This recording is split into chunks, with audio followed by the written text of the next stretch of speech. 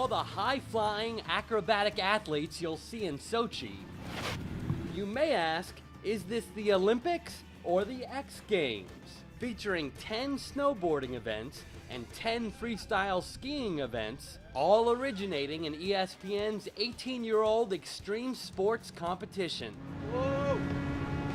As those sports started to get more developed, more athletes started to participate, just the overall audience grew and grew and grew, and eventually it was hard for, obviously, the Olympics not to take a look at adding those to the overall content mix that they were producing. So why did the Olympics add all these extreme events?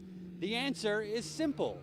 They needed to attract a younger audience. You know, back in the 90s, some of the audiences were skewing a little bit older, so they brought snowboarding in the late 90s. That gave them Shaun White 4 years later, and they really did end up seeing a benefit. They get into that sweet spot of viewership, you know, those 18 to 34-year-old males. Two-time Winter X Games champion skier Nick Gepper is about to make his Olympic debut. The Olympics, to be honest, you know, some of the sports are fairly boring and not that fun to watch, so bringing in some fresh new, you know, talent and new sports like free skiing and snowboarding is cool. Kelly Clark has won gold in both the Olympics and the X Games. You know, people are out on the weekends skiing and snowboarding with their families.